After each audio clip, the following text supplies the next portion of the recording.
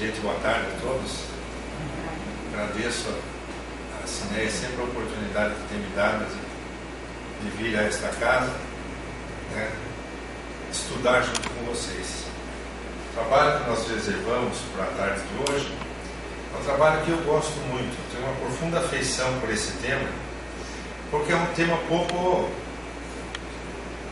estudado, assim, compreendido pelos próprios espíritas.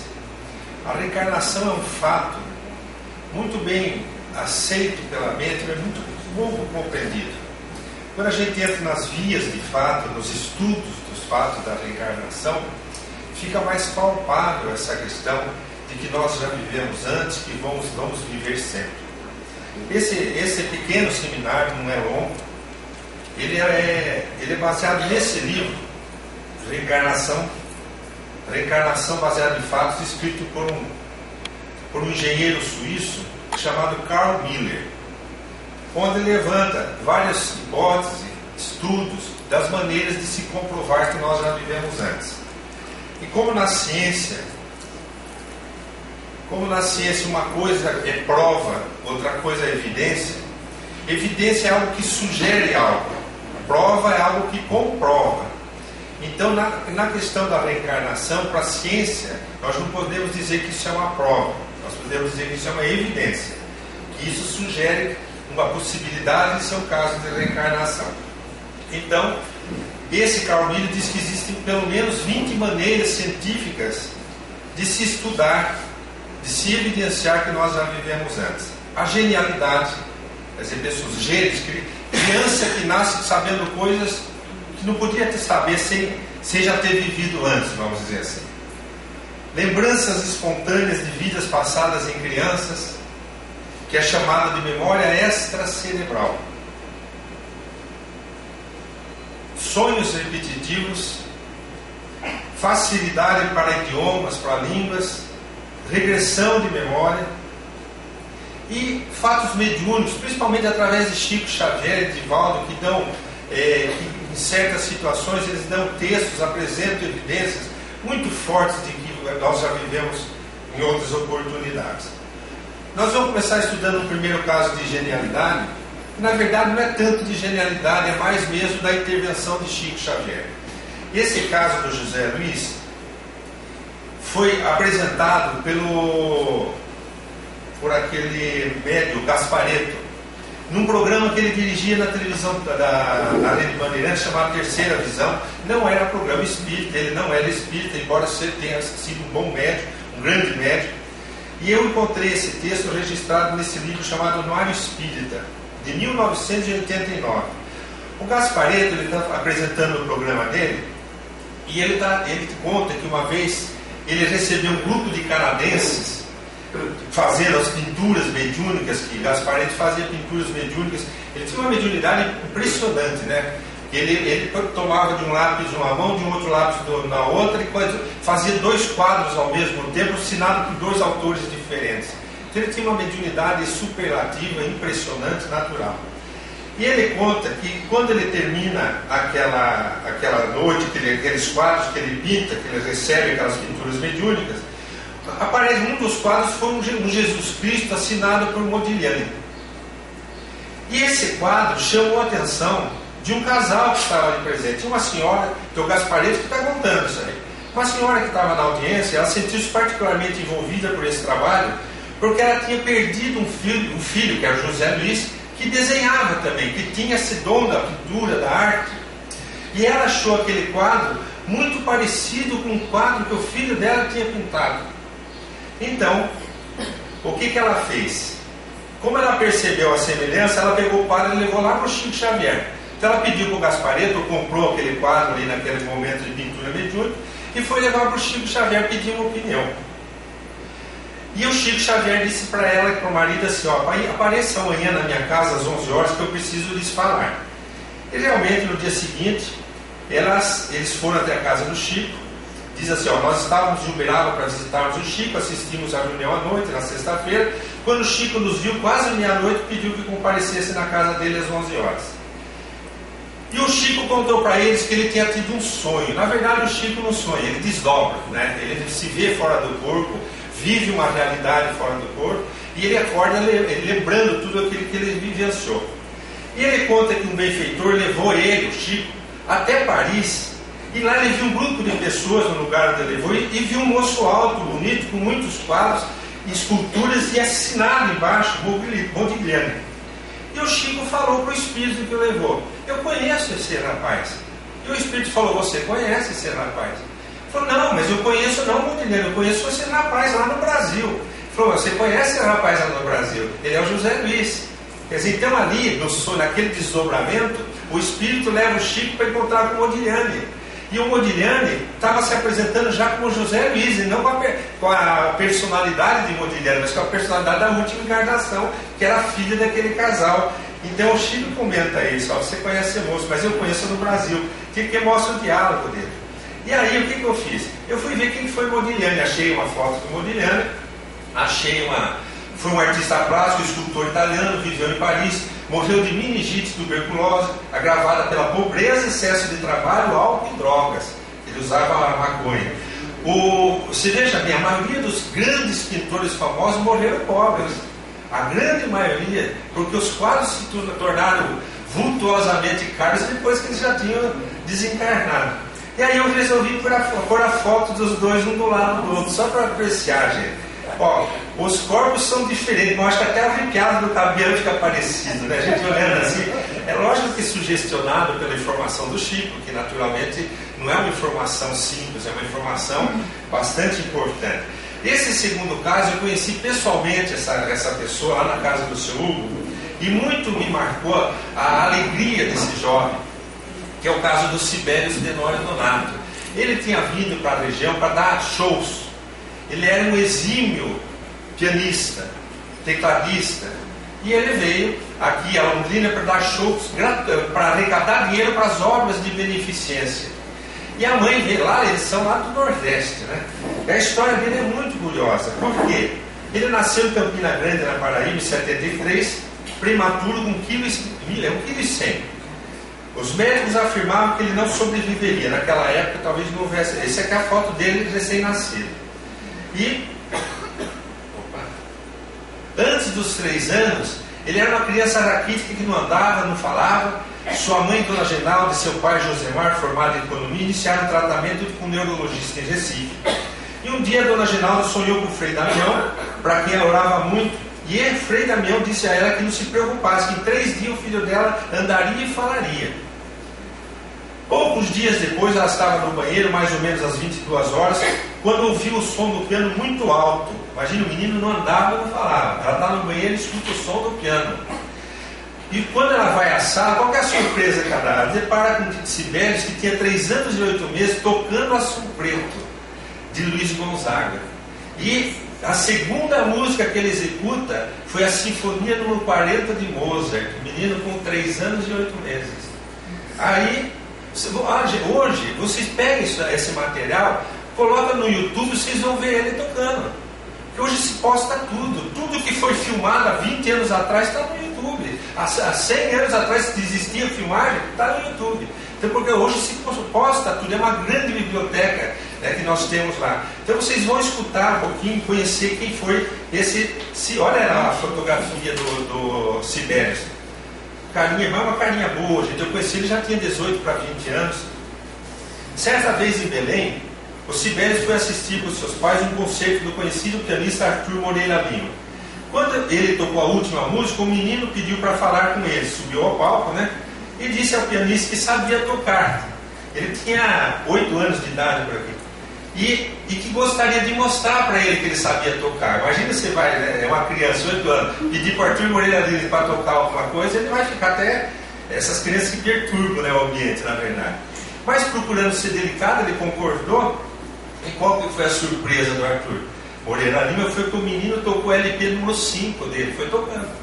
Porque ele é assim, quando eu conheci o Sibelius, né, ele tinha um teclado aqui e um teclado aqui. Ele ficava tocando, com os 2 teclados ao mesmo tempo. Ele era hiperativo, ele não conseguia parar. Ele não parava 1 minuto, só tocava tocando 2, só músicas maravilhosas, mas lindas, clássicas, não clássicas, populares, mas ao peso mais um espetáculo dessa criança. Sempre assim, com essa carinha sorridente, uma pessoa E olha, quando eu conheci ele tinha essa carinha, que é mais olha, com 2 teclados, tá vendo? A facilidade que ele tinha. Aí eu fui procurar ver quem que era Jean Sibelius, porque o pai dele foi botar o nome dele de Jean Sibelius, né? E o Jean Sibelius não foi uma pessoa complicada, ao contrário, foi uma pessoa muito importante para a humanidade, de um caráter nobre, uma pessoa, um grande trabalhador, uma pessoa que escreveu hinos famosos, e o nome dele era Johann Julius Christian Sibelius, e essa é a foto dele. Você vê um maxilar grande, uma cabeça troncuda. Aí eu peguei e pus a foto dos dois juntos para olhar. Falei, gente, que interessante, né? É o mesmo espírito em corpos diferentes, mas é o mesmo espírito. Então, sugere a reencarnação de Jean Sibelius, que veio numa missão. Provavelmente, acordando na parte espiritual, se incorporando às grandes equipes de trabalhadores do bem, tenha pedido para vir à Terra com dificuldades e para acordar sua genialidade e ajudar ao mundo a perceber que Deus, na sua imensa misericórdia, criou uma lei chamada reencarnação para mostrar a sua bondade. Então esse é o segundo caso. Aqui eu achei ele já mais maduro ainda, de 2012, um convite para um concerto musical, onde está a foto dos dois juntos, um caso de reencarnação atestado por Chico Xavier. A mãe, a dona Ginalda, eu fiz uma entrevista para o jornal Imortal, na época que ela esteve aí, e ela conta das cartas que ela mandava para Chico, antes dela saber, quando ele começou a tocar piano, Chico dizendo, antes de ele começar a tocar piano, dizendo que ele iria manifestar-se através da música, que ela guardasse, que embora ele não mandasse ainda, que ele iria se manifestar pela música. Tem a cartinha do Chico, que ele foi um grande músico, importante músico do passado.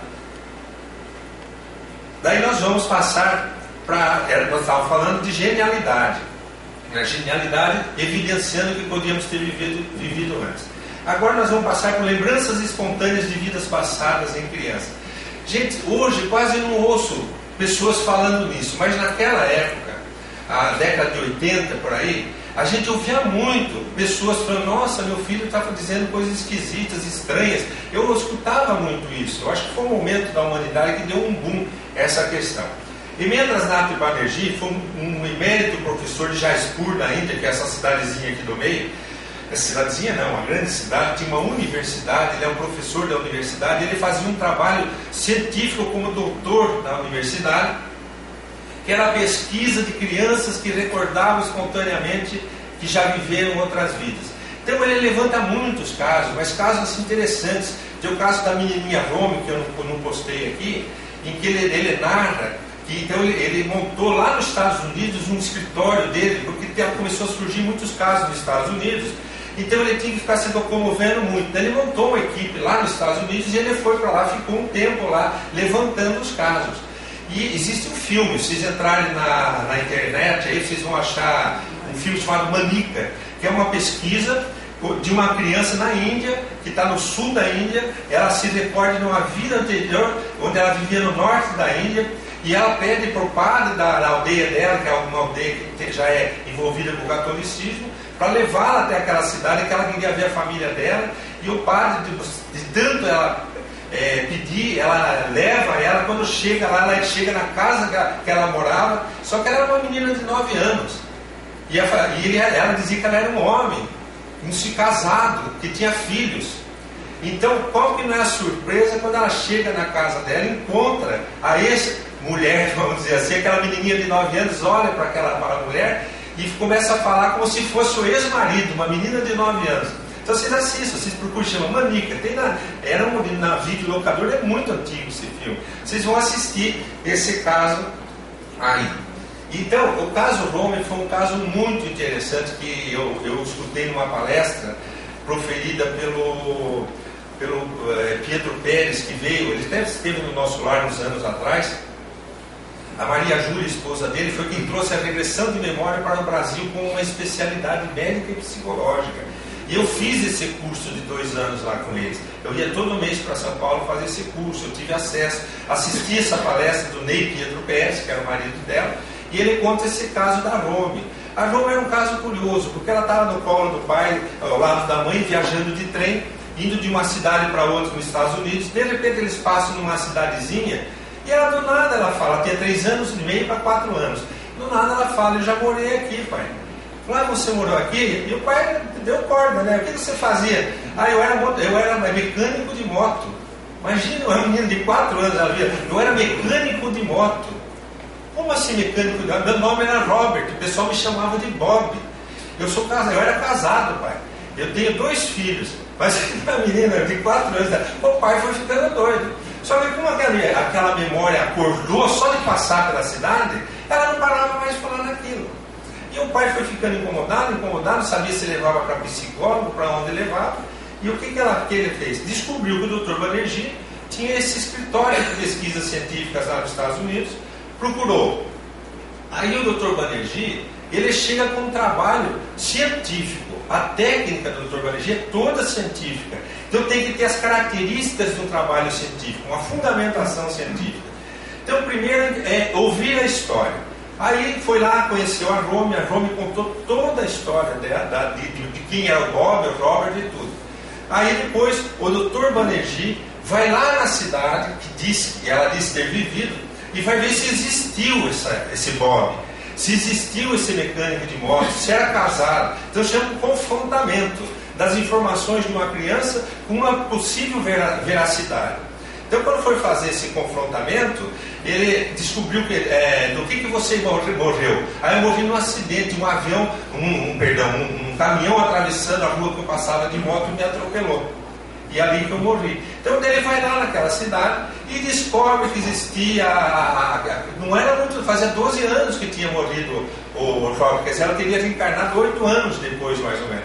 Então ele descobre que existiu esse tal de Robert, mas descobre que morreu exatamente como a menina falou.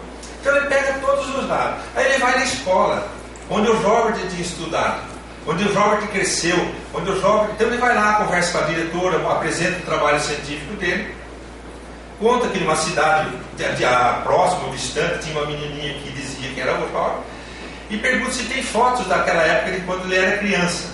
E a professora apresenta as fotos. Aí o Banerjee faz outra técnica científica. Ele volta para casa da menininha, da Rome, mistura fotos daquela escola onde o Robert estudou com outras fotos que não tinha nada a ver com a história. E põe no meio e joga lá para a menininha. Você reconhece alguém? A menininha olha daquelas 20, 30 fotos e fala assim, eu conheço esse, eu conheço esse, eu conheço esse e conheço esse. Realmente, os outros não eram de lá mesmo, eram aqueles que eram os coleguinhas da turma dele. Então começa esses encontros e que vai sensibilizando os pesquisadores, que ele vai aproximando o pesquisador de uma possibilidade, de uma evidência de que realmente Rome seja a reencarnação do Robert.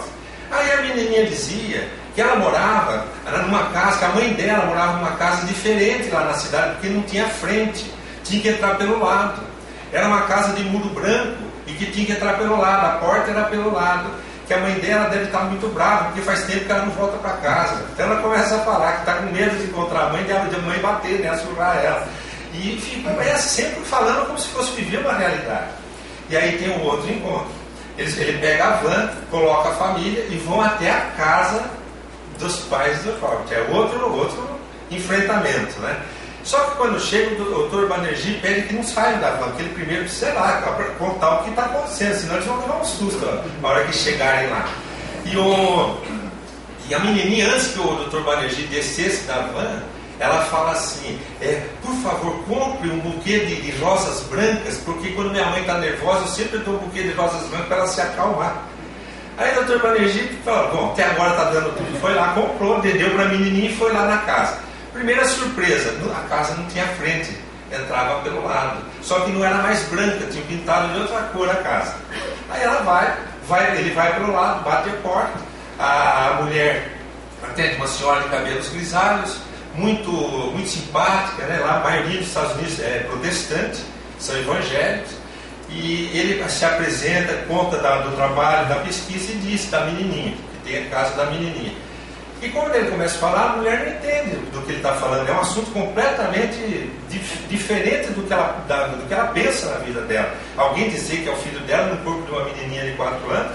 E nisso a Rome não aguentou ficar na van, fugiu da van, entrou e entra. Passa para o lado do professor Banerjee e dá de cara com a mãe dela, teoricamente, com aquele buquê de rosas brancas. A mulher, quando olha, diz o Ney Pietro Pérez na palestra que ele faz, quando olha para Rome, ela senta no sofá, empalidece e pergunta: o que está acontecendo aqui? Por que eu olho para uma criança e vejo os olhos do meu filho, trazendo as rosas brancas como sempre trouxe quando eu estava nervosa? O que está acontecendo aqui? E daí, assim que vai a explicação. O Dr. Banerjee pesquisou mais de 3.000 casos de crianças que lembravam espontaneamente de vidas passadas. Aquele livro que eu mostrei do Carmilho, tem vários casos ali. Eu comprei num sebo esse livro. Entrei na internet, achei um sebo em São Paulo, pedi que me mandasse esse livro.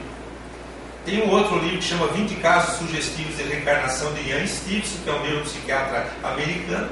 Então tem várias famílias. No Brasil, quem se tornou amigo do Banerjee foi o Hernando Guimarães Andrade, que foi um grande pesquisador também de fenômenos parapsicológicos e das questões das crianças.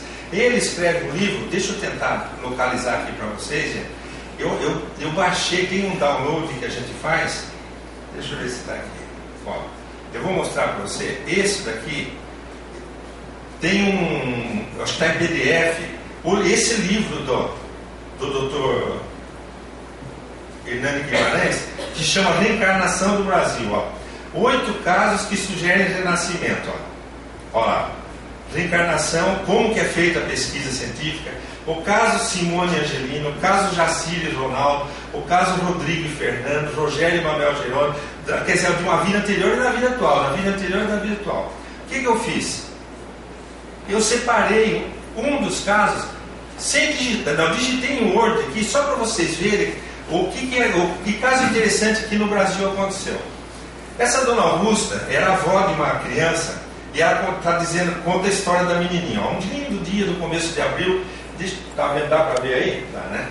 Eu estava com Simone ao colo, sentado numa cadeira de balanço perto da janela. Simone mamava na mamadeira quietinha e olhava para a Zenaide deitada na cama, que era a mãe dela, que sofria tantas dores, porque ela estava amamentando, acho que inflamou os seios dela. Nisso passou pelo céu azul um grande avião fazendo enorme barulho, e Simone, muito assustada, parou de mamar, olhou para mim como se pedindo socorro. Era um nenenzinho ainda. Ela se assustou com o avião. Dona Augusta conta isso porque depois vai ter sentido a história da menininha. Aos 2 anos, Simone já falava perfeitamente bem, brincava falando sempre, falava e gesticulava muito. E Dona Augusta foi fazendo anotações do que acontecia com a menininha, com a Simone. Um dia de manhã, antes de Zenaide tirar Simone do berço, ela acordada falou: "Mamina, hoje estou feliz", com pronúncia italiano. E Zenaide riu e respondeu: "Feliz?" No mesmo dia à tarde, eu chegava aqui para ver minhas netas e ao mesmo tempo chegava da lavadeira. Zenaide contou-nos então que Simone falara, que hoje estou feliz. A lavadeira rindo disse: "Mas aqui na casa ninguém fala italiano?" E Simone olhou para elas e disse: "Io parlo." Daí em diante, parece ter se encadeado o mecanismo de rememoração de Simone. Acordou aquela memória presente. Paulatinamente ela foi acrescentando mais palavras em italiano ao seu vocabulário, sem que previamente as houvesse aprendido por qualquer meio. Eram como reminiscências fragmentares de um idioma há muito tempo aprendido e esquecido por falta de uso. Eu estou lendo, gente, que é assim que eu estudo. Vocês estão estudando junto comigo, tá certo? O seminário é gostoso por causa disso. A gente vai estudando junto. Então, atualmente eu tenho feito palestras que eu chamo de mini seminários. São palestras de 40, 45 minutos, mas onde a gente vai lendo junto o que a gente está apresentando. Aqui nós estamos lendo literalmente o que estava escrito nesse caso. Eu tirei algumas partes de comentário do Hernani para ficar só com a historinha da menininha. Em janeiro de 1965, Dona Augusta anotava, brincando com a irmãzinha no berço, ela dizia: "Minha sorella, minha bambina." Observe-se ao ler o diário que a avó da Simone escreveu algumas palavras italianas de maneira incorreta. Por exemplo, sorella em vez de sorelha, irmã. Veremos isso várias vezes ao transcrever o diário da Dona Augusta. Tal fato revela que no lar de Simone se desconhecia o idioma italiano. Em reforço a esta observação, os investigadores do Instituto Brasileiro de Pesquisas Psicobiofísicas, que era o Hernando Guimarães, examinaram e fotografaram o dicionário italiano-português que a Dona Augusta empregou para traduzir as palavras pronunciadas pela netinha. Vamos transcrever algumas passagens registradas no diário. Certa manhã, ainda no berço, começou a perguntar em voz cantarolante: onde está minha bambola? E repetiu várias vezes a mesma coisa. Estava ela brincando com as bonecas, conversando sozinha. A mãe achava-se perto, trabalhando, por isso não prestou muita atenção ao que ela dizia. De repente, dirigindo-se à mãe, disse: lá no Capitólio, não é, maminha? A bambola está lá no Capitólio. Então onde que está a minha bambola? Ah, lá no Capitólio, não é, maminha? E depois o doutor Hernani vai ver que não é Capitólio. Na verdade, a menina queria falar Campidoglio, que é uma região de Roma, né? Então, mas foi, a mulher anotava Capitólio por enquanto foi ficando Capitólio. O que era Capitólio? Ora, é um monte, você não sabe? Então esse era o monte de Campidoglio, exatamente a região de Roma, que depois eles descobriram, que ela mesma viu numa folhinha e vai mostrar aqui que eu morei, aqui que eu vivi. Né? Certa manhã, não mesmo. Dona Zenaide ficou um tanto perplexa pela admiração que lhe causara aquela resposta da garotinha, com pouco menos de 2 anos de idade, né? Foi consultar dicionário para ver se encontrava um dos montes da Sete Colinas, ver se era o tal do Capitólio lá. E aqui o doutor Hernani fala: é possível que ela tenha pronunciado Campidoglio. Nessa época, ela já justificava o seu horror aos aviões. Sempre que passava um avião, ela pedia chorando que fechássemos a porta para o avião não entrar. Né? Em 66, o diário registra: quando Zenaide estava esperando a terceira filhinha, a mãe dela, não estava passando bem. Então eu passei o dia com as crianças costurando. Num dado momento, Simone calçou meus sapatos, começou a andar pela casa fazendo muito barulho. Pedi que não fizesse ruído, pois sua mãe estava doente. Batendo mais os sapatos, ela disse: não te molesta, agora eu ando de pestadura mesmo. Ela falava italiano, danadinha, né? E a palavra pestadura, diz o doutor Hernani, está grafada como foi entendida por Dona Augusta, mas o certo é pesta dura, separada, quer dizer, batendo com força o pé no chão. Ela estava falando um perfeito italiano, na verdade. E ainda em 66, com 3 anos, diz o diário: antes da segunda irmãzinha nascer, não, essa eu estou lendo a mesma coisa, né? Não. Antes da segunda irmãzinha nascer, eu estava bordando, e Simone perto, a Solange estava a primeira irmã no berço. Num dado momento, a Simone pegou um dos cotovelos de lã que estava no meu colo e começou a desenrolar. E desenrolou tanto que enrolou nas linhas, se enrolou nos braços dela, nas pernas, e não podendo tirar, jogou o restante do novelo e disse: toma, avó, é espancagrátia mesmo. Outra palavra que ela chutou lá em italiano. E aí, a palavra foi grafada incorretamente pela Dona Augusta no dicionário. O certo seria sparpagliata, do verbo sparpagliare, que quer dizer espalhar, embaraçar. Quer dizer, ela estava dizendo que tinha sido enrolado todo, embaraçado todo. Agora, como é que você imagina uma criança com essa sozinha, tirar, de onde que ela está tirando isso? Por isso que é chamado essa questão de memória extracerebral, porque não é do cérebro. O cérebro é uma fita virgem, foi formado no corpo, nasceu sem nenhuma informação a não ser da gravidez. Então quem que traz essa informação? É o espírito. Então essa memória é de fora do cérebro físico, é do cérebro espiritual. Então a memória é extracerebral, por isso que é chamada. Zenaide estava lavando roupa na máquina, falou que ia colocar água na lavadeira, então Simone disse: é para ficar mais lúcido? Ela falava lúcido, do jeito que está escrito no livro que parece, que quer dizer mais branco, mais alto. E assim foi acontecendo. Então eu vou pular um pouquinho, um outro fatinho aqui, que a criancinha nasce, a irmãzinha dela, o terceiro filho da Dona Zenaide, e ela se aproximou da menininha no berço, e quando ela aproximou, a menininha foi ficando vesga, né? Porque a menina foi ficando perto, e aí o que a menininha fala? Mãe, a bambina, a senhora está lusquinha, que é exatamente dizer que ela está ficando estrábica, né? Ficando vesga, na verdade. E daí ela mesma costumou o olho, mostrou para a equipe que jeito que a irmãzinha estava fazendo com o olho dela, né? E usando outra expressão. Aí, depois ela vem contar, essa criança, que ela morava, gente, como é que fica uma coisa de criança? Orfanato. Orfanato de crianças. Num lugar que não tinha a janela. Foi na Guerra Mundial. Os aviões passavam, jogavam bombas. Por isso que ela tinha medo de avião. jogavam metaizinhos, que ela chamava, está escrito mais na frente, a gente vê aqui, jogavam metaizinhos, eram canetinhas, as crianças iam pegar para brincar e explodir na mão delas. Matava tudo em torno delas, quer dizer, era tática de guerra. E ela conta que foi assim que ela desenvolveu, ela chama metaizinhos lá. Aí, eu vou passar aqui, ela conta quem que cuidava delas lá, que era o Genaro com a Afonsa, lá, o Genaro, a Afonsa, Salvatório, que é o nome de asilo italiano, morava no Salvatório. E daí ela conta que desses metaizinhos, tá vendo? Na verdade aqui mostra que a folhinha, que ela está narrando, ó, peguei a folhinha e estava admirando as gravuras, e de repente, a avó contando, né? De repente ela olhou nas folhinhas e viu o Campidoglio, né? E ela fala aqui, olha a Capitólio, aqui que eu morava, né? E ela vai dizer para a avó dela, que era ali que ela morava. E o final,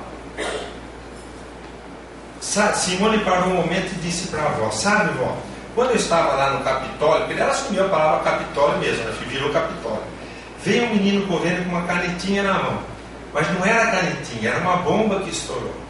Sentiu, a avó contou que ela sentiu uma coisa ruim dentro dela e perguntou, e depois? A bomba estourou, machucou muito minha prima, a minha amiga Afonso Dinari, saía muito sangue da cabeça. Simone passava as mãos na cabecinha, mostrando que o sangue também jorrava. E percebendo o que havia acontecido, a avó pergunta, e você, querida? Eu fiquei escondidinha no cantinho, com os braços apertados no peito, ela demonstrava dor, medo e susto. E depois, querida? Depois, eu e minha amiga fomos subindo. As escadas do Capitólio? Não, vó, fomos subindo, lá para o alto. Fomos subindo. Saindo do corpo, na verdade. E não suportava, a avó contando que não suportava a lágrima. E depois eu não sei, eu vim parar aqui. Olha que interessante, a criança lembrando espontaneamente de uma época, falando de coisas que ninguém tinha dito para ela, falando da guerra, falando dos aviões, falando palavras italianas. Então, são situações que sugerem que essa menina seja realmente aquela menina que viveu lá. Porque, sabe, lembrou do italiano. Né? Foi uma coisa... Você não tem agora, imagine 3.000 casos estudados.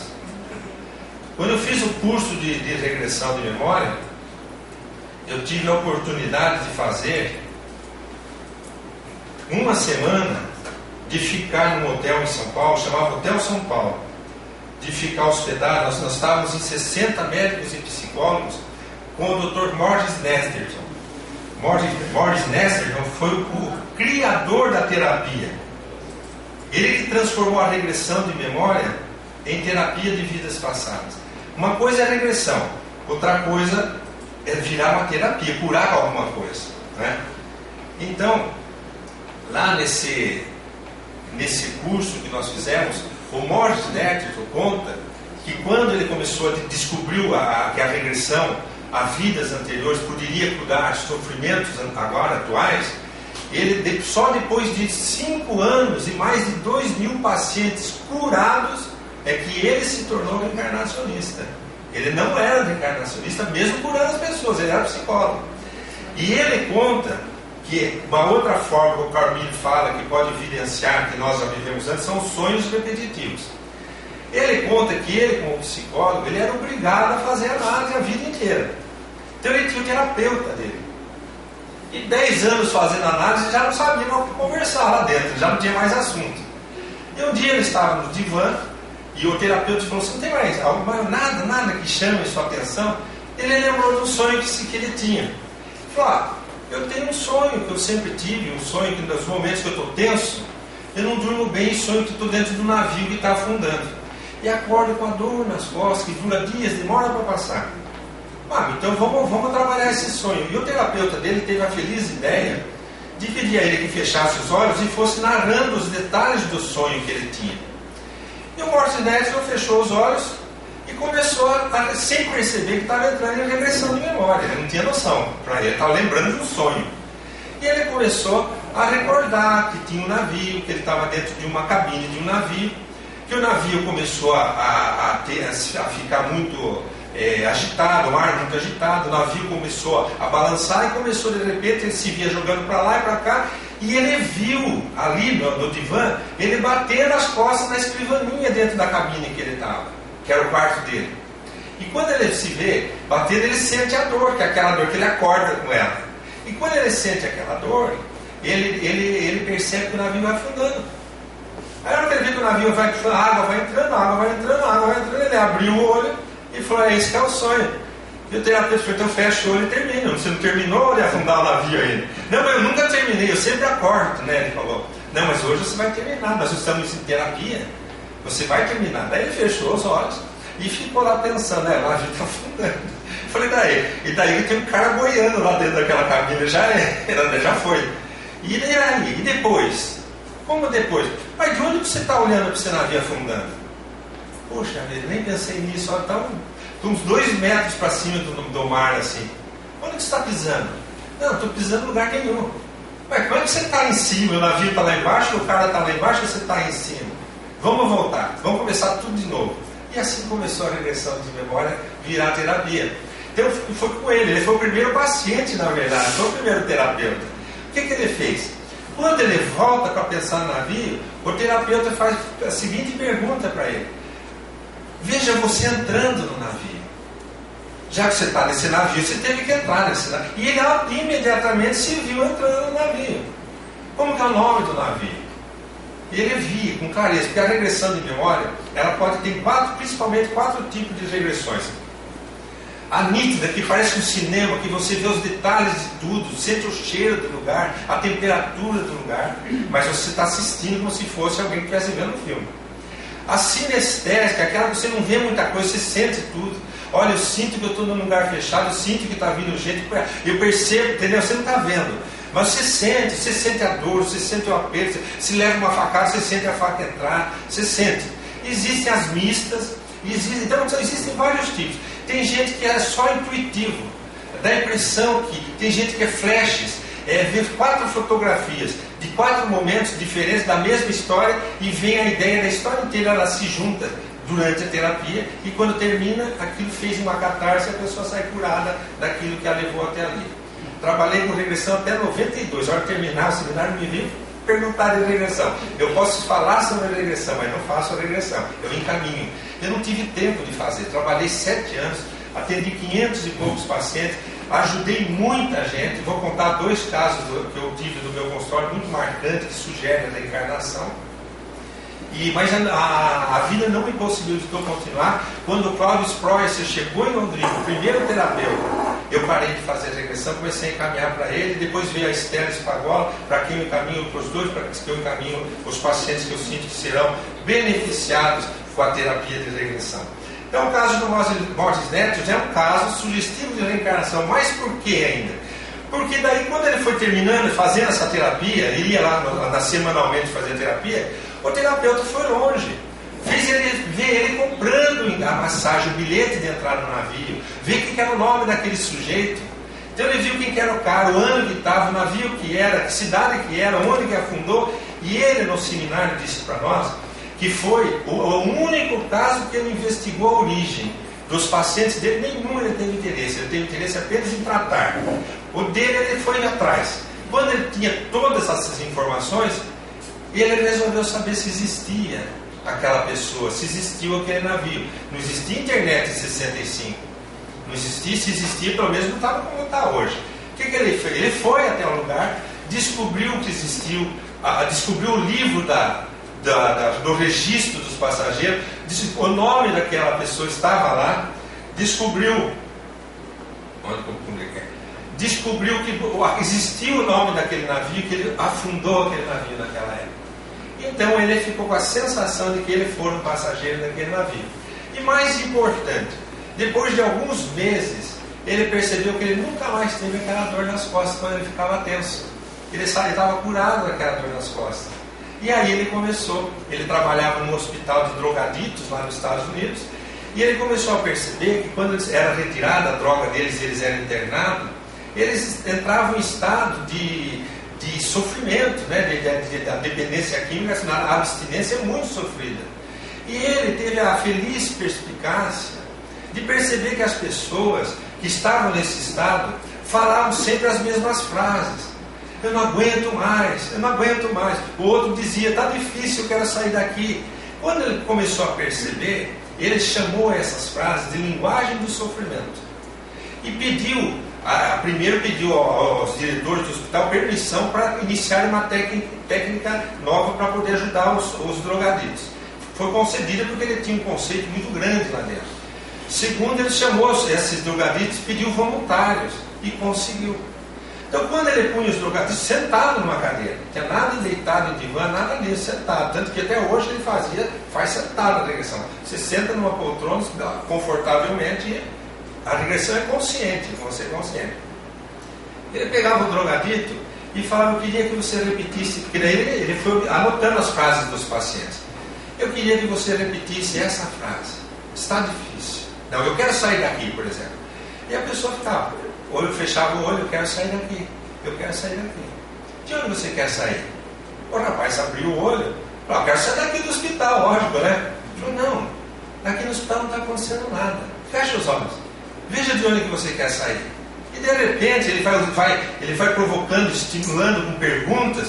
De repente a pessoa se via, por exemplo, ele conta casos de drogaditos que se viam esquartejados em campo de guerra, que ainda não tinham morrido, que ainda estavam vivos, mas estavam todo arrebentados. E o que eles sentiam? A dor insuportável do momento, o desespero e a vontade de sair dali. Agora, você imagina um espírito desencarnando nessa situação. Ele chega no mundo espiritual enfermo. Quando ele é reencarnado, numa hora oportuna, ele traz todo aquele que é o conteúdo. Quando ele chega àquele conteúdo de desespero, ele vai em busca de droga para dar alívio. Então ele começou a identificar as causas de uso de droga. E outra, que quando ele fazia, o indivíduo entrava na regressão, diminuía esse sofrimento da abstinência dele. Então ele conseguiu salvar, ajudar muito o drogadito, trabalhando com a linguagem do sofrimento. E eu aprendi muito. Eu hoje eu trabalho com os corais já há 22 anos, 23 anos vai fazer agora em março, fevereiro, março, e eu uso a linguagem do sofrimento até hoje. A pessoa senta no meu consultório, ela vai se queixar por causa do sofrimento, de repente ela fala: eu sinto como se tivesse um peso nas minhas costas. Ela já deu a linguagem, eu já sei qual é o floral que eu vou usar. A dor dela está resumida numa frase. Sabe, é tudo sobre mim. Sabe? Será que não sabe o que eu estou fazendo, o que eu posso? Olha essas frases, né? Então você sente como que é o sofrimento, eu já sei qual que é o antídoto. Então me ajuda muito. Esse caso do lado, Padaria Suíça, vocês conhecem, aqui em Londrina. Até se tiver alguém parente aqui, eu já tive a oportunidade de atender parentes do seu outro. Eu conheci o seu outro na casa do Júpiter. Vocês conhecem o Júpiter. O Júpiter, naquela época, eu fazia a regressão de memória no consultório do Júpiter. Trabalhava, ele me convidou para ir para Londrina, eu tinha um consultório em Cambé, e fazia a regressão lá no Júpiter. E foi a época que o Júpiter começou a Casa do Caminho. Então ele alugou, ele e a Tânia alugaram uma casa lá na Viliar, na saída para Ibiporã, se não me engano, e a gente ia de quinta-noite, eu ia de quinta-noite, ajudar a conversar com as crianças de rua, que eles tiravam da rua as crianças. Acho que foi um dos primeiros movimentos aqui em Londrina de pegar as crianças de rua e levar para algum lugar. E a casa já tinha nome, Casa do Caminho. E eu comecei a ajudar. Então naquele período, eu ia muito na casa do Júpiter na hora do almoço, para trocar ideia com eles desse trabalho. Embora eu pudesse encontrá-lo no consultório de tardezinha. Eu estava lá na sala conversando com a Tânia, batendo papo, e nisso chega esse seu outro, entra, sente, ele era um diabético, já era bem de idade, mais de 80 anos, veio para conversar com o Júpiter, e senta no sofá em que eu estava. A Tânia pediu licença, que era a hora de almoço, foi lá cuidar dos afazeres, ele olhou para mim e falou assim: você acredita nessas coisas de reencarnação? O professor falou uma pessoa certa, porque não só acredito, como trabalho com uma técnica que usa a reencarnação, que é a TVP. Na época chamava-se Terapia de Vivências Passadas, TVP. Antes era Vidas Passadas, depois passou a se chamar de Vivências, porque a infância é uma vivência passada, e muita terapia se trata na infância. O intraútero é uma vivência passada e não é vida anterior, é desta vida. Então eu contei, expliquei para ele. Ele falou: vou contar uma história para você que você vai achar muito interessante. Eu sou suíço, eu vim da Suíça. Lá na Suíça, casado com 2 ou 3 filhos, não me lembro bem que ele falou, eu tinha um sonho que me marcava muito. Eu sonhava que eu estava numa cidadezinha do interior do Brasil, e a cidade era um lugar que eu amava muito, uma cidade pequena, no meio do estado de São Paulo. E depois de tantos anos sonhando, um dia eu cheguei para minha esposa e disse a ela: falei: mulher, eu vou para o Brasil, eu não quero mais ficar aqui na Suíça, eu quero voltar para a minha cidade. Olha interessante. Mas você não é obrigado a vir comigo, correr atrás de um sonho meu. Então, se você não quiser ir, não tem problema. Você fica, eu vou lá, vou no trabalho e eu sustento vocês aqui. Ela diz assim: eu não casei para viver longe do meu marido, nós vamos juntos. Que cidade que é essa? Salto de Itu. Hoje chama Salto. Até eles não gostam muito de falar Salto de Itu. Porque antes era como se fosse uma cidade que é comandada pela outra, né? Como é que chama? Patrimônio. Um patrimônio, assim. Então, era Salto de Itu. Hoje é só Salto. Imagina um cara lá na Suíça vai ficar sonhando com uma cidade que nem nós conhecíamos. É Salto de Itu. Eu conhecia porque eu sou de Itapetininga, que é pertinho de lá. Para ir para Campinas a gente passava em Salto de Itu, Viracopos, Campinas. Então era caminho para mim. Eu achei muito interessante ele começar falando isso. Eu falei: o senhor foi? Fomos, minha família e eu viemos todos. Desci em Viracopos, que já era pertinho. Descemos em Viracopos, peguei um táxi, reservei hotel, pedi que me levasse ao hotel. Ele me deixou no hotel, guardei as malas, chamei minha mulher e meus filhos, venham conhecer a cidade. Levei-os até a lápide onde eu fui enterrado. Olha que interessante. Depois de uns anos lá, veio para Londrina e montou a padaria suíça. E ele contou essa história para mim. Então veja como um sonho repetitivo pode evidenciar ou sugerir que seja uma realidade que temos vivido antes. O caso dele é muito... Quer dizer, ele conhecia a cidade, sabia tudo, mostrar, e até onde foi enterrado. Né? E o do Morris Neto, existia aquele navio, existia... Então, são técnicas que podem permitir a gente a perceber a possibilidade de termos vivido antes. Outra é a facilidade para idiomas. Há 25 anos esteve aqui em Londrina essa conhecida parapsicóloga, hoje deve ser desencarnada, porque ela já era bastante de idade naquela época, Bárbara Ivanova. A Bárbara Ivanova, ela ficou conhecida também pela regressão de memória que ela fazia na Rússia, dentro da universidade. Ela era formada, se não me engano, em filosofia ou letras, nada ligado à ciência. Mas lá ela era uma pesquisadora. E ela veio aqui no hotel, na Avenida Miguel Blas, ali que tem um hotel ali, Bourbon, que era só uma avenidinha curtinha ali, né? Muito perto de onde você teve o escritório ali. Ali tem o Hotel Bourbon. Nós tinha um anfiteatro, nós fomos lá, o Luiz Cláudio Galerti nos convidou.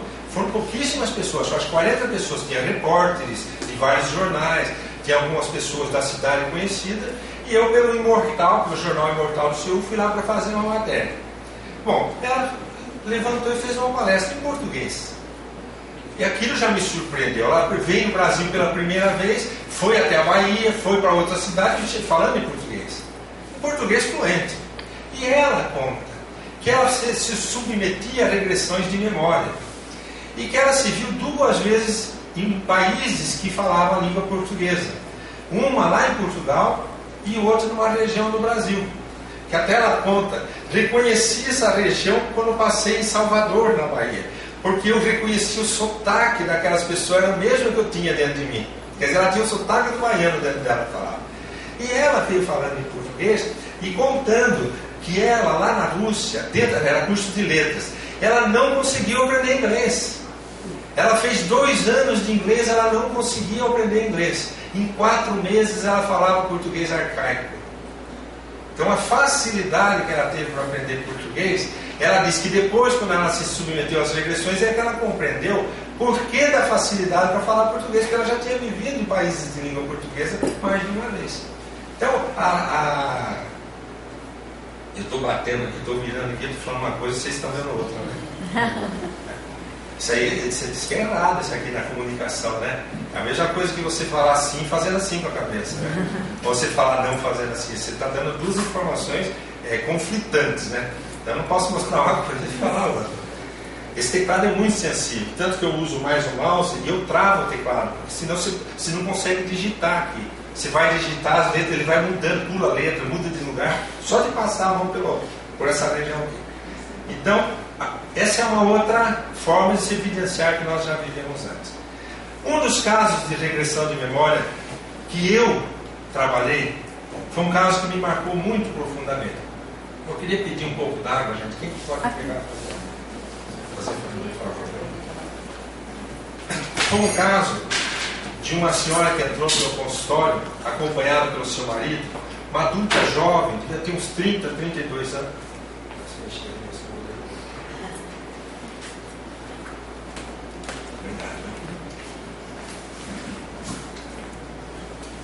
Agora é muito perigoso. Ela tinha uns 32 anos de idade. Ela estava com uma artrite deformante, aquela artrite reumatoide deformante. Então ela já estava paralisada nos quadris, nos ombros, nos cotovelos, nos joelhos, assim, tudo travado. E é uma doença progressiva. Ela veio trazida pelo marido andando como se fosse um robozinho, assim, muita dificuldade. Sentou, se apresentou, falou quem que ela era, quem era o marido. Uma pessoa de uma gentileza, uma simpatia muito grande. Disse que era uma católica, praticante, dedicada, mas que como ela já não via mais na medicina convencional recursos para ajudá-la, ela queria saber se a regressão poderia ajudá-la. E eu disse para ela que eu não sabia, que eu nunca tinha tratado alguém com ela e nunca tinha lido na literatura casos como o dela, mas que eu me prontificaria a tentar ajudar, se ela concordasse. Expliquei como que era a técnica, expliquei que ela poderia se ver, que não sou eu que vou ver nada, é ela quem vai ver espontaneamente. Expliquei que ela poderia ver coisas que diriam respeito à vida atual, mas a épocas distantes, que ela não se preocupasse, nem pensasse na palavra reencarnação, mas pensasse num recurso do subconsciente para ajudá-la a se curar. Ela concordou. Aí o que ela fez? Pedi a ela que se sentasse na poltrona bem confortavelmente. Eu era um divã semi-deitado assim. Ela se deitou, eu iniciei a técnica, falei que ela iria ficar consciente, se ela quisesse a qualquer momento abrir os olhos, ela poderia abrir. E disse a ela, comecei o trabalho, comecei a técnica, comecei pela dor. Pedi a ela que se mentalizasse as dores que ela sentia e que tentasse visualizar algum lugar que ligasse ela a essas dores. E ela imediatamente, ela se viu no vilarejo de uma região que ela desconhecia. Ela se viu com uns 16 anos de idade, numa casa muito simples, no meio de uma discussão muito grave, onde o pai, a mãe e ela discutiam muito arduamente.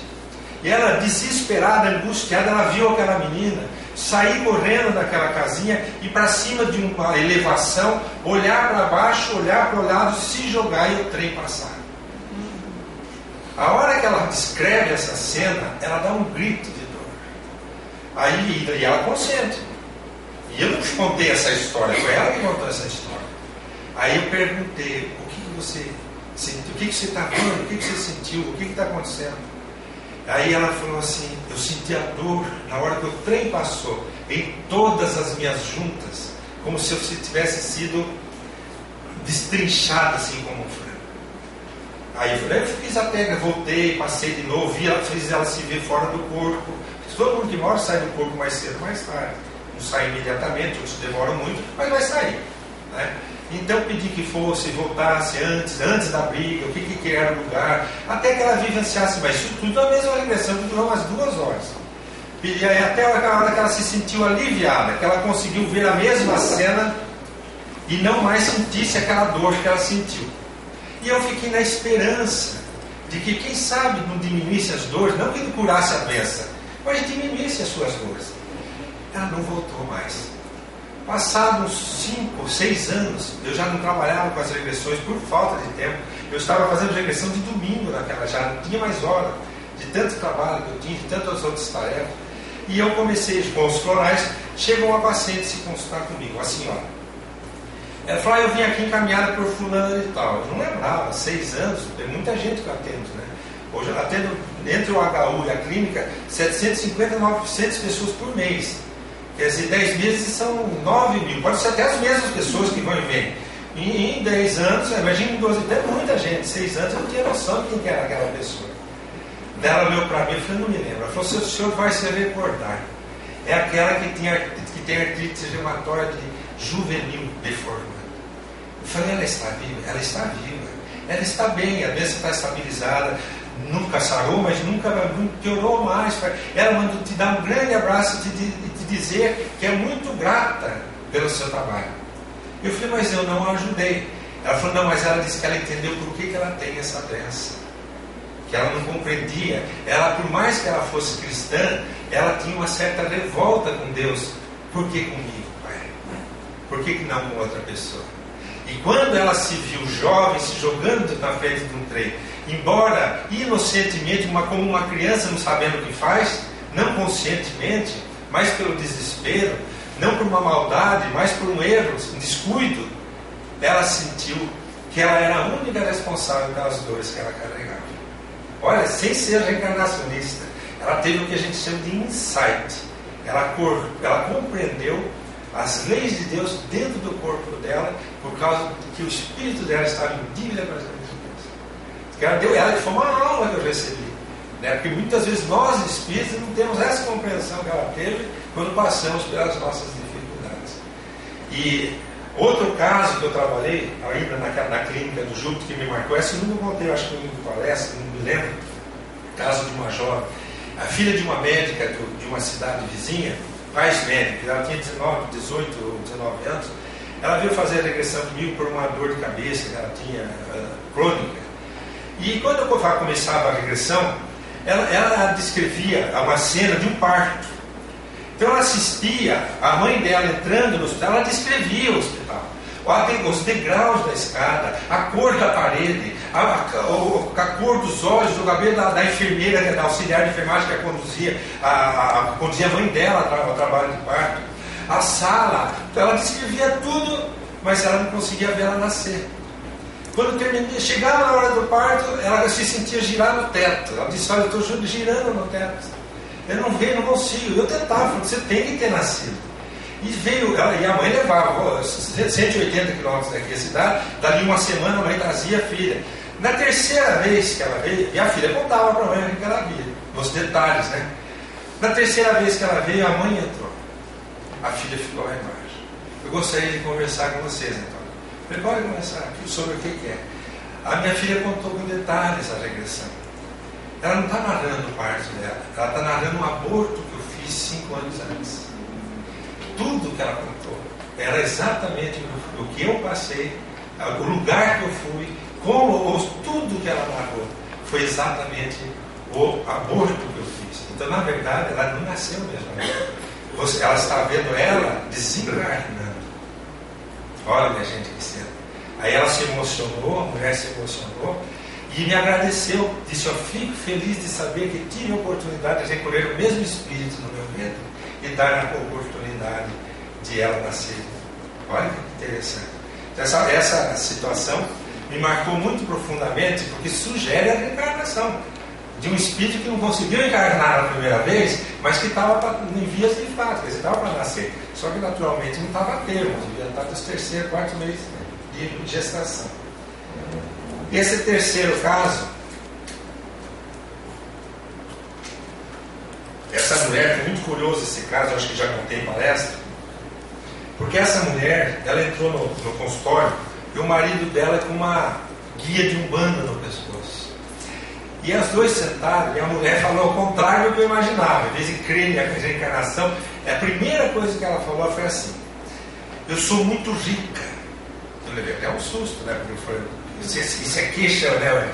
Ela falou: eu sou muito rica. E eu já fui até para Boston e não consegui curar minha enxaqueca. Disseram que essa técnica pode me curar, mas eu não quero ouvir falar na palavra reencarnação, que eu não acredito. E eu olhava para a guia eu falei: mas a senhora não é de religião? Não, meu marido que lida com essas coisas. Eu sou evangélica. Claro, então nós não vamos falar essa palavra, nem vou repeti-la. Então, se porventura, isso é, eu contei a mesma história que eu contei para aquela mulher católica. Se porventura você vê histórias de épocas diferentes, não se incomode. É o seu subconsciente inventando historinha para você se curar. Falei: é a mesma coisa, né? E o que aconteceu? Primeira sessão, essa mulher que sentou, semi-deitou no divã e enfezou, né? Ficou com aquele rosto fechado, uma espécie de mal de mim, que a gente fala, né? Não é comigo, de mim. Tivesse de mal, não queria conversar comigo. E eu falava ali com ela, explicava de novo, falava se ela tivesse vindo. Aí daqui a pouco, eu já tinha uns 20 minutos passados, eu falei: essa mulher está vendo alguma coisa, pensei comigo, né? Eu falei: a senhora está assistindo alguma coisa? Aí ela fez aquela cara de criança, sabe criança marota de 7, 8 anos de idade, quando a mãe pergunta, ela fala, sabe, descobriu, né? Eu falei, se a senhora está vendo alguma coisa, o que a senhora está vendo? Conta, e ela foi 1 hora para essa mulher começar a contar. Ela assistiu, ela dentro de um avião, o avião cair. Assistiu a equipe de socorro chegar a retirar os corpos. Assistiu os espíritos fora dos corpos, perdidos, confusos, sem saber o que fazer. Assistiu a equipe chegando do mundo espiritual, levando esses espíritos dali. Ela, depois que essa mulher saiu do emburramento, vamos dizer assim, essa mulher falou mais coisas do que o espiritismo já contou para mim, numa história. Mas ela contou com detalhes, inclusive, gente, olha o que ela contou que ela tinha assistido. Tudo na primeira regressão, foi mais de 2 horas e meia para ela começar a falar, foi 1 hora, né? Então, ela contou que um senhor chegou para ela e falou, vamos sair daqui, aqui não é lugar conveniente. E ela se viu fora dali, mas se viu na casa dela. Mas não era a casa atual, era uma casa diferente. Ela falava assim, tem um vidro entre eu e as pessoas, porque eu chamo minhas filhas, eu chamo meu marido, eles não me ouvem. Eu falo com eles e não me escutam. Parece que é como se eu não estivesse ali. Olha que ela conta, gente. Ela conta como se ela fosse um espírito dentro da casa, conversando e ninguém percebendo a presença dela. E ela fala da impressão que está atrás de um vidro, que eles não estão me vendo, só eu que estou vendo eles. E fala nervosa, e sempre com a dor de cabeça, permeando a história toda ali. Aí surge, aparece de novo esse senhor. Eu vou te levar para um lugar onde você vai ser ajudado. E ela se vê acompanhada desse senhor, e ela entra numa sala, ela diz assim, está escuro, tem uma mesa, tem umas 10 pessoas sentadas em volta da mesa. Ela descrevendo, umas 10 pessoas, tem uma luzinha azul só acesa. E ele pediu para eu sentar na ponta da cadeira, eu sentei. O senhor no meio da mesa começou a conversar comigo. Aí eu estou conversando com ele pergunta se eu sei o que aconteceu comigo. Eu não sei, lógico que eu sei, o avião caiu, mas o que eu estou fazendo aqui eu não sei. Então, você está aqui para que eu te avise que o avião não só caiu, mas todos morreram.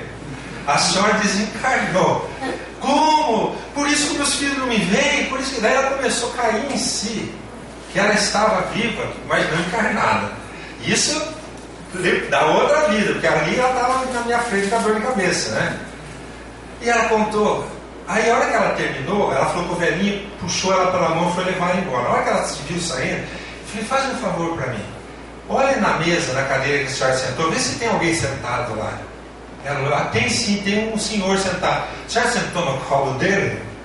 Nossa, eu nem percebi que tinha gente lá. Quer dizer, ela incorporou o médium. Ela contou para ela, ensinou muito mais espiritismo de reunião mediúnica para mim na prática do que eu com 30 anos de mesmo mediúnica hoje. Só ela narrou para mim um espírito sentando, envolvendo o médium, conversando com o dirigente espiritual, sendo informado que tinha desencarnado, caiu a ficha e foi com o velhinho que levou para um outro lugar que não a casa dela. Terminamos a sessão. Vai para casa. Volta semana que vem. Ela voltou. Como é que a senhora está? Não tive mais dor de cabeça. Acabou a dor de cabeça que Boston não curou. Que aquela mulher rica, com o dinheiro dela não curou. Mas uma sessão de regressão. Uma sessão. Então, vocês devem perguntar, por que você não continuou trabalhando com regressão se é tão fascinante? Porque eu não tinha casos para tratar, na verdade. Na verdade, era uma época da febre da regressão, todo mundo queria fazer a regressão. E ninguém estava indicado para a regressão. Então eu ficava escutando histórias, as pessoas me pagavam, cobravam uma consulta e meia, me pagavam caro, e com 15 minutos eu já sabia que não era para regressão. Para o que eu ia falar para aquela pessoa? Seu caso não é para regressão. Tanto que em 7 anos eu atendi 505, 6 pacientes e ajudei a todos. Em 7 anos de florais eu atendi 7.000 pacientes, porque eu ajudei, todos foram tratados. Então eu mudei de profissão por causa disso, eu não tinha campo. Mas aí, tanto que hoje, quando uma pessoa chega com história típica de regressão, eu encaminho. Mas é pingado, não é todo mundo que é para regressão. Muita gente é contraindicado, muita gente não está indicado. Criança não pode. Tem que ter consciência para dialogar enquanto está vivenciando o falso passado. Mas sugere ou não sugere uma reencarnação? Lógico que sugere. Aí, eu vou passar esse outro fator. esse caso, essa informações por via de mediúnica também é citada por Carl Miller naquele livro. E como eu estudo a vida de Chico, ninguém melhor que o Chico como fonte de informações, embora o Divaldo tenha casos, né, tem um caso, toda vez que ele vai fazer palestra nos Estados Unidos, ele é convidado a fazer workshops, o Divaldo. Então ele mesmo tem livros que conta, ele faz a palestra, depois ele tem que chamar um voluntário, o voluntário senta na cadeira, ele vai impor as mãos e vai falar coisas da vida passada naquela pessoa, ou não. Então teve um caso que tem livros sobre a vida de Divaldo, que conta que Divaldo, uma pessoa pede para ser voluntário, quando ele dá o passe, Joana de Anjos fala assim, diga para ele que ele foi um leproso que viveu numa ilha, ele era um padre, chamado Sebastião, tem lá o nome, hoje eu não me recordo bem o nome da pessoa, muito conhecido. Ele foi famoso na história pelo trabalho que ele realizou como padre lá dentro daquela ilha que era um leprosário. Quando o Divaldo, a Joana de Anjos conta para o rapaz quem que ele era, ele se levanta e em inglês ele dá um testemunho. Até alguns anos atrás procurei uma médium famosa aqui nos Estados Unidos, porque eu tinha uma fascinação pela história desse padre. E eu estudava a história desse padre. E procurei em todo lugar que eu pude encontrar a história desse padre. Damião de Vester, tem um nome, eu tenho aqui no computador, uma hora eu acho. E esse padre me chamava muita atenção. E a médium disse que era eu que tinha sido esse padre. Mas como que eu vou confiar numa informação? Ele já tinha o bom senso de Kardec. Kardec diz que você não vai confiar numa informação que é dita por um espírito. Você precisa de várias pessoas em lugares diferentes dizendo a mesma coisa para você que aquela informação crê que ela seja verdadeira. E agora eu estou aqui diante desse médium que eu não conhecia, que acaba de pôr as mãos e dizer que eu fui essa mesma pessoa, que eu sou fascinado pela história dessa pessoa e que uma média anos atrás disse que fui eu mesmo. Então é muita coincidência, né? O Chico Xavier, ele tem casos que ele contou certa vez, esse caso da Condessa de Moura, é um caso, a história conta, que a noite de São Bartolomeu, era um feriado, né, uma noite importante, foi uma das noites mais sangrentas na história do mundo, né, que ocorreu em 1580 e pouco, se não me engano, era 1585. O que aconteceu? Os católicos da França odiavam os protestantes, perseguiam e matavam. E já fazia anos que estavam em guerra contra os protestantes. E aí, já havendo um certo cansaço geral, propôs-se a ideia de casar o príncipe de Navarra da Espanha, que era huguenote, que era um pré-protestante, vamos dizer assim, um tipo de protestante, com a princesa católica da França, para acalmar os ânimos dessa briga entre católicos e protestantes, que muita gente já tinha morrido, caçada nas estradas, vamos dizer assim. Só que quando ocorre esse casamento, então no dia da festa, a Condessa de Moura procura Catarina de Médici, que era a chefe de todo esse palácio. O filho dela era o rei Carlos IX, mas ela que mandava. Procura e fala para Catarina de Médici: aproveite agora o casamento, pega os soldados e manda matar os convidados, estão todos os huguenotes aqui. E a Catarina de Médici chama o rei Carlos e dá ordem. Ela não pede para o filho dar ordem, ela manda. E ele manda matar. Mais de 3.000 pessoas foram mortas naquela noite ali, que foi conhecida como a noite de São Bartolomeu, que era a noite de São Bartolomeu. Mas foi uma das maiores tragédias. E dizem os benfeitores que muitos de nós brasileiros estamos vinculados a essa história. Vivemos nessa época, estávamos nessas lutas, participamos lá. E hoje estamos aqui, através do Espiritismo, nos redimindo.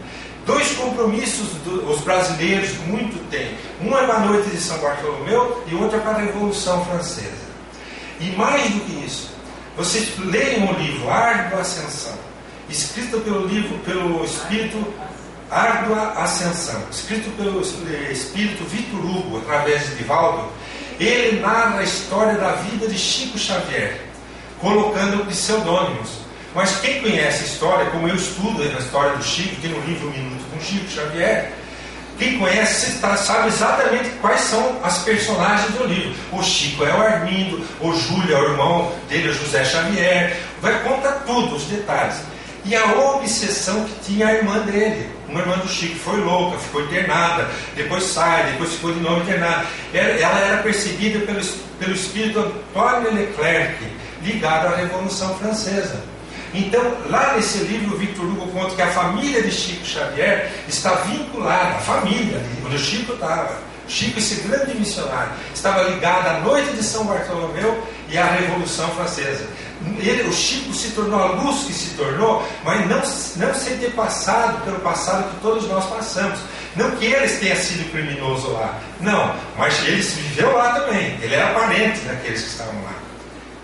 Entra no grupo espírita da prece, em Uberaba, uma mulher completamente enlouquecida, gritando no meio daquele milhares de pessoas, sempre mais de 1000 pessoas, gritando: tiraram meus filhos, Deus tirou meus filhos. Um acidente de carro, 3 filhos morreram de uma vez só. A mulher enlouqueceu. Fazia mais ou menos um mês. Ela entra desesperada pedindo a Chico que explicasse por que Deus tinha feito isso com ela.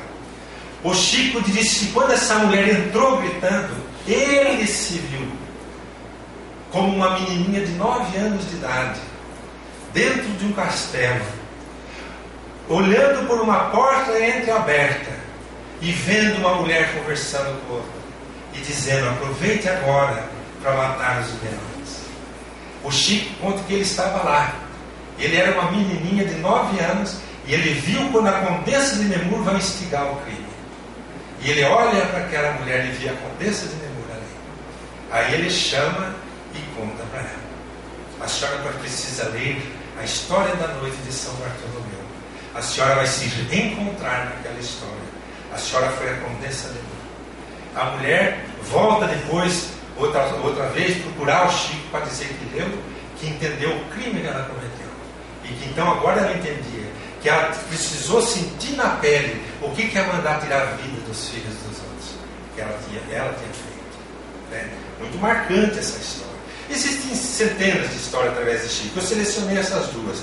A do jovem me chamou muita atenção porque foi um fato verídico de uns 30, 40 anos atrás, onde no Nordeste 2 famílias se odiavam de 2 terras, de plantações, de não sei qual que é a cultura daquela região mais importante, mas era um ódio mortal. Os donos das terras não se falavam, se pudesse se matavam. Por meio metro de cerca se atiravam uns aos outros. E um dia, a filha de um fazendeiro se apaixona pelo filho do outro fazendeiro. E os dois começam a namorar escondido. E um dia o pai da filha descobre, contrata 2 jagunços e diz assim para eles: vocês vão, peguem de tocar esse menino e eu mate. Nunca o filho de tal pessoa vai herdar minhas terras. Olha que interessante. A menina entrou em depressão profunda quando soube que o namorado foi assassinado. Entrou em depressão profunda, ficou 2 anos, 3 anos sem vida, sem conseguir viver. Passado um tempo, conheceu um jovem, começou a estreitar laços de afetividade, foi se apaixonando, foram se apaixonando. O jovem era amigo da família, casaram com o consentimento do pai, e ela engravidou. E nasce um menininho, alegre, feliz, que odiava o avô, que não falava com o avô, que não conversava com o avô. Foi crescendo, 1 aninho, 2 aninhos, 3 aninhos, e não conversava com o avô. Então, um dia, a mãe e a própria filha, mais alguém, resolvem ir para Uberaba conversar com o Chico. Quando chega com a criança no colo, fala: Chico, nós viemos aqui naquela fila que depois vai se aproximando do Chico, nós viemos aqui para que você nos ajude, Chico, porque nós não entendemos por que o nosso neto ele é tão amado, tão amoroso, ele nos ama e nós nos amamos, ele não conversa com o avô. Ah, mas ele herdou as terras. Chico respondeu desse jeito: ele vai herdar as terras do homem. Era um menino que tinha sido assassinado. Então, como é que o Chico vai saber que tinha um menino que foi um jovem que foi assassinado? E o Chico simplesmente fala: ele vai herdar a terra. Nem que o cara não queira, né? Ele vai herdar as terras. Então, o jeito, a frase usada pelo Chico é muito marcante. Ele mostra a fidedignidade da mediunidade do Chico. Ele não sabe de nada. O Chico tinha uma mediunidade tão dúcida, tão pura que uma vez o presidente da Federação Espírita do Paraná, isso há 50 anos atrás, foi visitar o Chico, e quando ele se aproxima na fila para cumprimentar o Chico depois dos trabalhos, ele olha para o Chico e fala: Chico, vim aqui trazer um abraço do Paraná. Ele falou: quem está aqui ao seu lado é sua mãezinha, pedindo para dizer que ela está bem. Ele saiu e falou para um amigo dele, falou: Chico deve estar doido, minha mãe está viva. Chegou no hotel, tinha um legado que a mãe tinha falecido fazia 4 horas. Então olha, a mediunidade, a pureza da mediunidade do Chico, a plasticidade da mediunidade do Chico Xavier. Então eu sou fascinado, cara, com a história do Chico. Tem a coluna, hoje está na revista eletrônica O Consolador, né, www.oconsolador.com.br, onde tem muitas matérias lá, e entre as matérias está a história de Chico. Você pega mais um pouquinho de água para isso agora?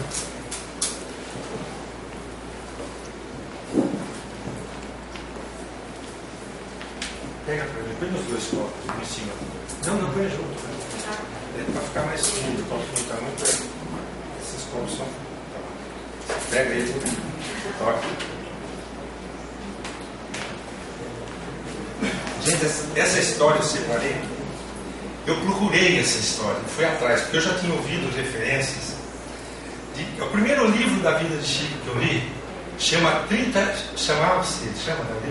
nome do livro é 30 anos com Chico Xavier, escrito por Clóvis Tavares. É um livro doce. A personalidade desse Clóvis Tavares é mansa, é uma personalidade gostosa. Você vai lendo para dar a impressão que é alguém querido seu, uma pessoa que você nunca viu na vida, e fala com uma mansuetude, uma ternura. Ele vai falando do Chico, dos fatos do Chico, conta que conheceu o Chico, os dois tinham 29 anos de idade, ele, Clóvis e o Chico. E eu tinha ouvido falar que Santos Dumont reencarnara e fora filho de Clóvis Tavares. Essa história que eu vou apresentar para vocês é a última do nosso seminário.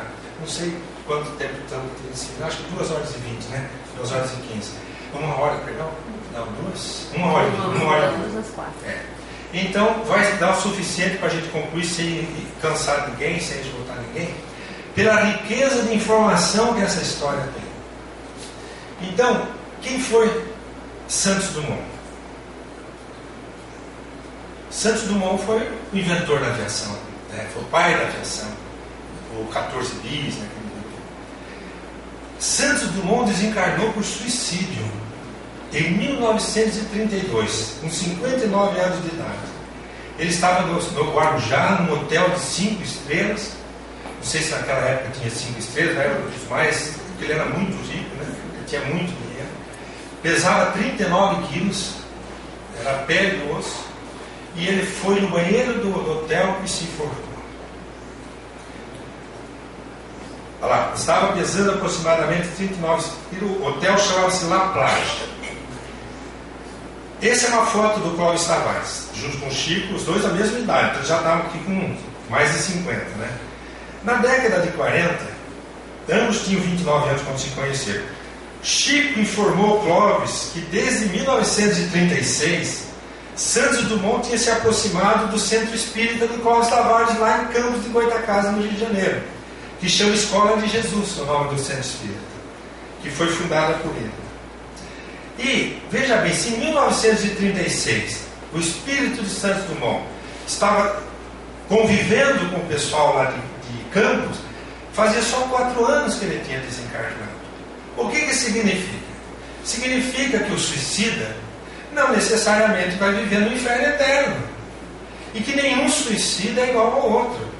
Tem os créditos de Santos Dumont naturalmente falaram muito a favor dele, embora as consequências do suicídio sejam inevitáveis na vida espiritual imediata. A desencarnação do suicídio é muito sofrida. Os primeiros tempos do mundo espiritual é muito sofrido. Mas 4 anos depois ele já estava lá presente. Na noite de julho de 48, 12 anos depois, então veja bem, 36 para 48, são 12 anos que ele já faz parte do grupo, daquele grupo espiritual, daquela família espiritual que está encarnada em Campos. Ele transcreve uma mensagem através do Chico para o Clóvis Tavares. Vamos ver se eu pus a mensagem aqui. A mensagem de Santos Dumont. Amigos, Deus vos recompense. A lembrança da prece me comove as fibras mais íntimas. Porque eles oravam para Santos Dumont, pediam a Deus por Santos Dumont, porque já era um amigo deles, né? O espírito liberto esquece o homem prisioneiro. A alvorada não entende a sombra. Tenho hoje dificuldades para compreender a luta que passou. E não fosse a responsabilidade que me laça, ainda o campo humano, em vista das aflições que me povoaram nas últimas vigílias da carne, preferia que as vossas recordações, ainda mesmo carinhosas e doces, não envolvessem o nome de lutador insignificante. Descobrir caminhos sempre foi a obsessão do meu pensamento. Reconheço hoje, porém, que outra deve ser a vocação da altura. O Chico diz que ele foi Bartolomeu de Gusmão. Bartolomeu de Gusmão foi muitos séculos antes, foi o primeiro cara que fez algo mais pesado que o ar voar, que fez um balãozinho, a cena esquentou o fogo antes e fez ele sair voando. Então ele foi o precursor da aviação, dos balões, vamos dizer assim. Então, descobrir caminho sempre foi a obsessão do meu pensamento.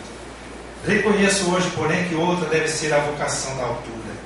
Dominar continentes, subjugar povos através dos ares, será talvez extensão de domínio da inteligência perversa que se distancia de Deus.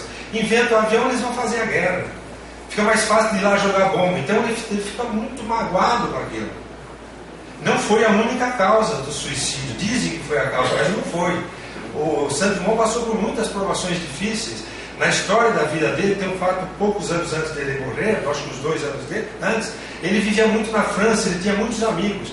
Quando foi aniversário dele, ele estava no Brasil, os amigos 10 dias antes alugaram um barco, um pequeno navio, e vieram fazer uma festa surpresa e o barco afunda no meio da viagem. Ele perde 8 amigos de uma vez só. Então imagine que quantos pesos ele já não carregava, né? Facilitar a comunicação entre as criaturas que ainda não se entendem, possivelmente será acentuar os processos de ataque e morte, de surpresa nas aventuras da guerra.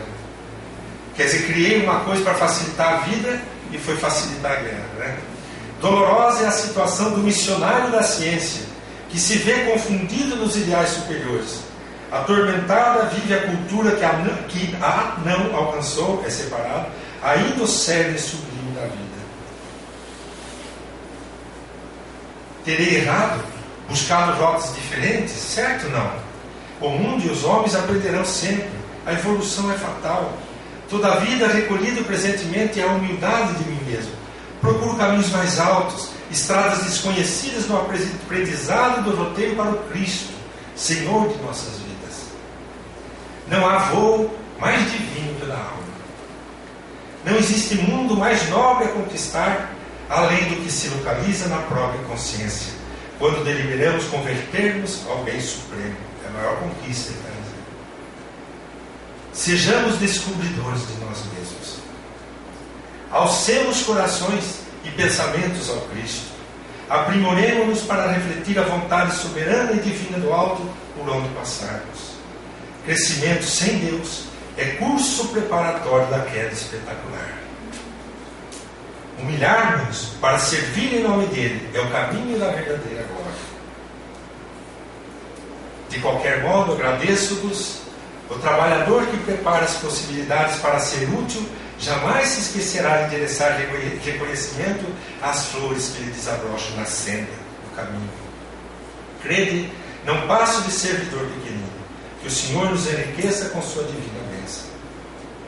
Então, Santos Dumont, em 1955, a esposa do Cláudio Tavares engravida, não é o primeiro filho, Dona Hilda Múcia Tavares. E nasce o filho Carlos Vitor Múcia Tavares, Carlinhos, como ele é chamado. Aí a foto do casal com o Carlinhos no braço. Reencarnação de Santos Dumont. Chico anuncia. Alberto Santos Dumont retornou à Terra. Era Carlinhos. Chico fala, é amigo do Cláudio. Cláudio, Santos Dumont está de volta.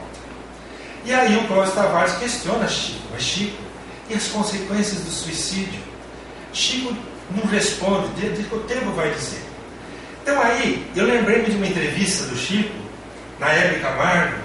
O Chico dava sempre entrevista. O Chico foi muito querido pela Hebe Camargo. Uma vez me perguntaram Como seria a desencarnação de Hebe Camargo?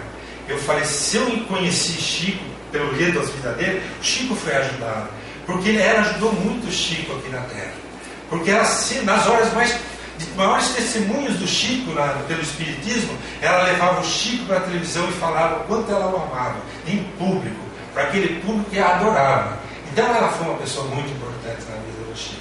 E várias vezes ela ia, tinha a Nair Belo, que era a companheira dela, e nessa conversa, que ele está perto do Natal, tem até a história da Valéria, muito lindo que o Chico conta, a Nair Belo resolve fazer a seguinte pergunta: Chico, um filho excepcional, né, que nasce com defeitos, com problemas, é um karma, é uma prova para os pais?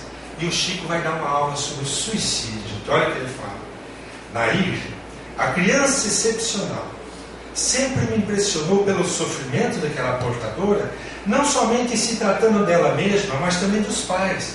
Isso tem sido tema de várias conversações minhas com o nosso Emmanuel, que é o guia espiritual das nossas tarefas. Ele, Emmanuel, diz que, regra geral, a criança excepcional é o suicida reencarnado depois de um suicídio recente, porque a pessoa, quando pensa que se aniquilou, ela está apenas estragando o corpo, né? Perdendo o corpo, estragando a roupa que a providência divina permite que ela use, de que ela se sirva durante a existência, que é o corpo físico. A verdade é que ela em si é um corpo espiritual. Então os remanescentes do suicídio acompanham a criatura que praticou a autodestruição para a vida do mais além. O corpo morreu, a vida não acabou. O corpo espiritual fica doente. Lá ela se demora algum tempo, amparada por amigos, porque toda criatura tem amigos, afeições por toda parte, mas volta à Terra, os remanescentes que ela levou daqui mesmo após o suicídio. Olha a aula que o Emmanuel deu para o Chico, que o Chico nos dá. Se uma pessoa espatifou o crânio, se o projeto atingiu o centro da fala, ela volta muda. Se atingiu apenas o centro da visão, ela volta cega. Se atingiu determinadas regiões mais complexas do cérebro, ela vem em plena idiotia. E aí os centros fisiológicos não funcionam. Se ela suicidou-se mergulhando-se em águas profundas, vem com a disposição para um enfisema infantil, ou de mocidade nos primeiros dias de vida, ou dos primeiros dias de vida. Se ela se enforcou, ela vem com a paraplegia. Depois de uma simples queda, toda criança que cai do colo da ama, do colo da mãezinha, então o processo do enforcamento, a vértebra, essa região do pescoço é fraca no espírito, que é a região do suicídio. Então quando ela reencarna, essa região não tem força para sustentar. Se uma criança cai, ela fica paraplégica ou tetraplégica. Essa é a consequência do suicídio. Outras crianças que vêm completamente perturbadas, a esquizofrenia, por exemplo, é o suicídio depois do homicídio, porque tem um complexo de culpa, diz o Chico. O complexo de culpa do homicida que se suicida faz com que ele venha com a esquizofrenia, né? O complexo de culpa adquire dimensões tamanhas que a química do cérebro se modifica e vem a esquizofrenia como uma doença verificável, porque através dos líquidos expelidos pelo corpo, os hormônios, é possível detectar os princípios da esquizofrenia. Mas a esquizofrenia é o homicídio que se fez suicida, porque o complexo de culpa é tão grande, o remorso é tão terrível, que aquilo se reflete na própria vida física da criatura durante algum tempo ou muito tempo. E aí, aos 9 meses de idade, Carlinhos cai do seu carrinho, fratura a coluna cervical e torna-se tetraplégico. Então, Santos Dumont voltou para resgatar os seus últimos dias de vida na Terra, quando não suportou o sofrimento e se enforcou. Depois, veja bem, em 1936 ele já estava lá frequentando a casa espírita. Em 53 que ele nasce, então ele tem tempo de se preparar, se cristianizar, se evangelizar e aceitar a ideia da volta e de dar o testemunho do resgate, né? Então ele vive 17 anos. Em 10 de fevereiro ele desencarna, 17 anos. Carlinhos desencarna. E aí o Chico recebe a mensagem, que é o encerramento do nosso estudo, do Carlinhos, que um jovem de 17 anos, que é a personalidade de Bartolomeu de Gusmão, de Santos Dumont, mas agora com a personalidade de um adolescente que é um cristão redivivo. Então vamos ver o que ele escreve através do Chico. No dia 21 de julho de 73, fevereiro, março, abril, maio, junho, julho, 5 meses depois da desencarnação. Um dia depois da comemoração do dia de Santos Dumont, o espírito Carlinhos, através da mediunidade de Chico, deixa uma belíssima mensagem para seus pais, Clóvis e Hilda Tavares, na cidade de Uberaba. Vão no YouTube, coloque lá, Hilda Tavares e Chico Xavier. Vocês vão ver ela conversando e contando essa história do Carlinhos. A mãe dele. Meu papai do coração, minha mãezinha querida, retornei de vossos braços para a bênção de outra vida. Agradeço o vosso amor no berço que o céu me fez. Convosco encontrei meu sonho de ser criança outra vez. Renasci de vossas preces, na paz que hoje me alcança, bendita meditação que me refez a esperança. Tenho saudade de tudo que compõe o nosso lar, saudade de vosso afeto, saudade de vosso olhar. Sinto ainda o vosso colo, forrado de amor sem fim, o calor de nossa casa, os irmãos junto de mim.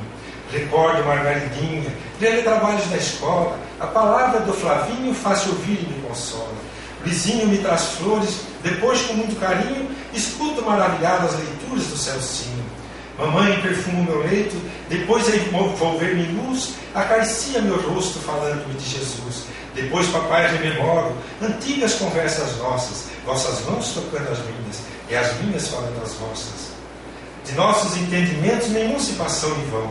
Tudo aquilo que dissestes carrego no coração. Outra fonte de ternura de meu peito se extravasa, que vejo vovó Maria, o anjo de nossa casa. Agradeço-vos contente o apoio, a vida, o carinho, as luzes que reacendestes clareando o meu caminho.